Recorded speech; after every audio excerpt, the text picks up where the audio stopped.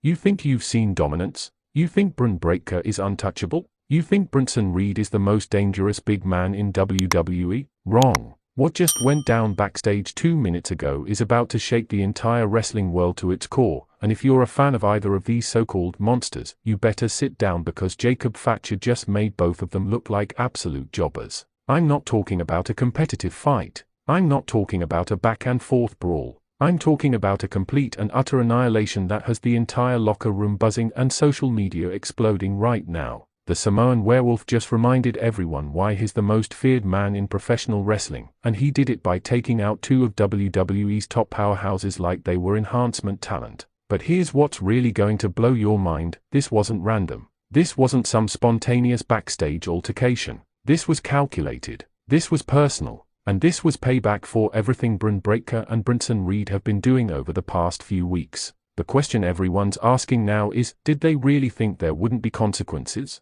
Did they honestly believe they could run roughshod over the entire roster without someone putting them in their place? Let me set the scene for you, because what happened backstage is already being called one of the most brutal beatdowns in recent WWE history. We're talking about a level of violence that had officials scrambling, security losing their minds, and multiple superstars backing away because they wanted no part of what Jacob Fatu was unleashing. For weeks now, we've watched Bron Breakker and Bronson Reed run through the roster like a wrecking ball. Breakker with his unhinged aggression, taking out legends and rising stars alike with those devastating spears. Bronson Reed with his tsunami splashes, literally crushing the competition under his 300+ pounds of pure destruction. They've been unstoppable, untouchable, and honestly, they've been insufferable with their arrogance. But they made one critical mistake. They targeted the wrong family. They disrespected the wrong bloodline. And now they are paying the price in the most devastating way possible. According to multiple reports from people who were there, Jacob Fatu was in the gorilla position preparing for a segment when Bron Breakker and Bronson Reed approached him.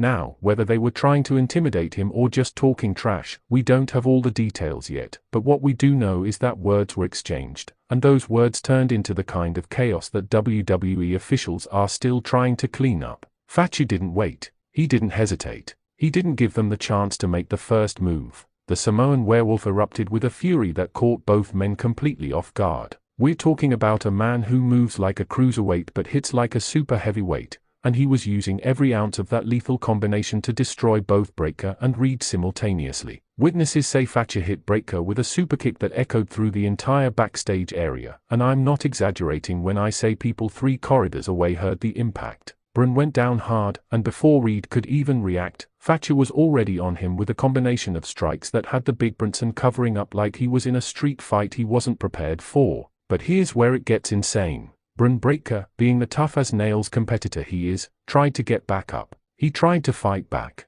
He tried to prove he could hang with Jacob Fatu in a real fight. That was his biggest mistake. Fatu caught him coming in, lifted all 230 pounds of Bron Breakker like he was nothing, and drove him through a production crate with a spinning power slam that had everyone in the vicinity wincing in sympathetic pain. And Bronson Reed, the man who's been splashing people through announce tables and leaving a path of destruction everywhere he goes? Fatu treated him like a practice dummy. Reports say he hit Reed with not 1, not 2, but 3 consecutive hip attacks that had the big man stumbling backward into equipment cases, trying desperately to create distance and catch his breath. Now, let me ask you something, and I want you to answer honestly in the comments. Did Bron Breakker and Bronson Reed deserve this? Because there are 2 ways to look at this situation, and the wrestling community is divided right now. On one hand, you've got fans saying that Breakker and Reed had this coming. They've been bullies. They've been taking liberties with people. They've been attacking legends, injuring rising stars, and generally acting like they are above everyone else on the roster.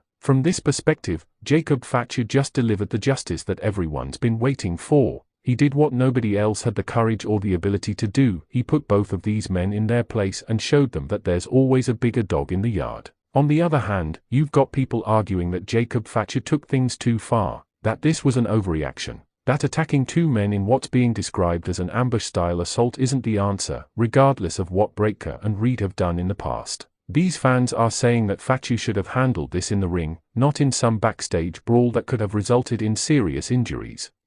I think the answer is somewhere in between. But I'll tell you this, when you spend weeks poking the bear, you can't act surprised when the bear mauls you. Bron Breakker and Bronson Reed have been operating under the assumption that their size, strength, and aggression made them untouchable. Jacob Fatu just shattered that illusion in the most brutal way imaginable. But let's talk about what this means for the future, because this isn't just about one backstage altercation. This is about the entire landscape of WWE's main event scene being turned upside down. For months, we've been watching Bron Breakker position himself as the next big thing, and to be fair, he is incredibly talented. We've watched Bronson Reed establish himself as one of the most dangerous big men in the company. But now there's a new alpha predator in the mix, and his name is Jacob Fatu. What makes Fatu so dangerous isn't just his physical abilities, though let's be real, the man is a freak athlete for someone his size. What makes him terrifying is his mentality. This is someone who grew up in one of wrestling's most legendary families. Someone who learned the business from Samoan wrestling royalty. Someone who carries the warrior spirit of generations of performers who defined what it means to be tough in this industry. When Jacob Fatu steps into a confrontation, he's not just representing himself. He's representing a legacy. He's carrying the pride of his family name.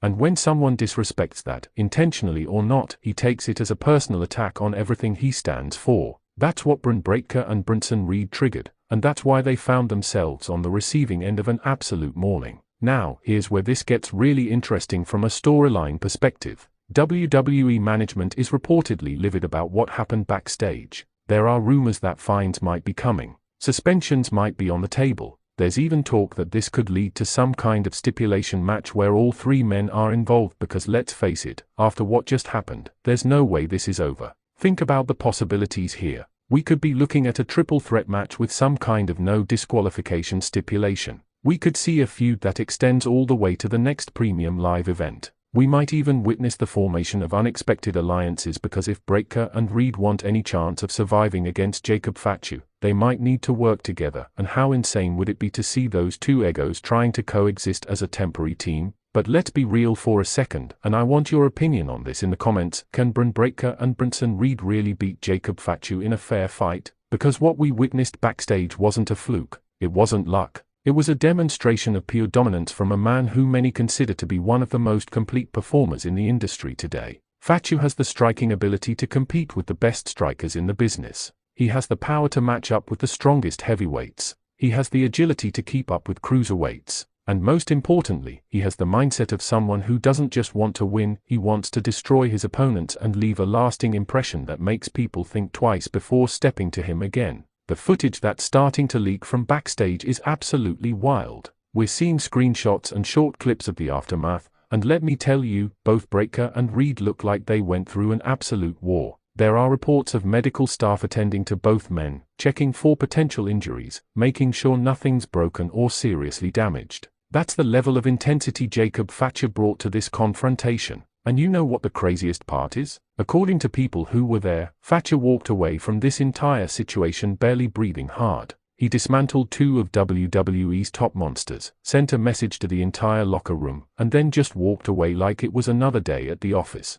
That's the kind of cold-blooded intensity that makes Jacob Fatu one of the most compelling figures in wrestling today. So here's my question for all of you watching this video right now: where do we go from here? How does WWE book this moving forward? Because you've got three incredibly talented, incredibly dangerous performers who are now locked in what could be the most explosive feud of the year. Do you put them in a match at the next premium live event? Do you stretch this out over several weeks with escalating confrontations? Do you involve other superstars and turn this into a factional war? Drop your fantasy booking in the comments. Tell me how you would handle this situation if you were in charge of WWE's creative team. Would you go for an immediate blow-off match, or would you slow burn this feud and build it into something massive? I'm reading every single comment, and I want to hear your ideas. But beyond the booking and the storyline implications, let's talk about what this means for Jacob Fatu's position in WWE. For months, there's been this question of where exactly he fits in the hierarchy. Is he a main eventer?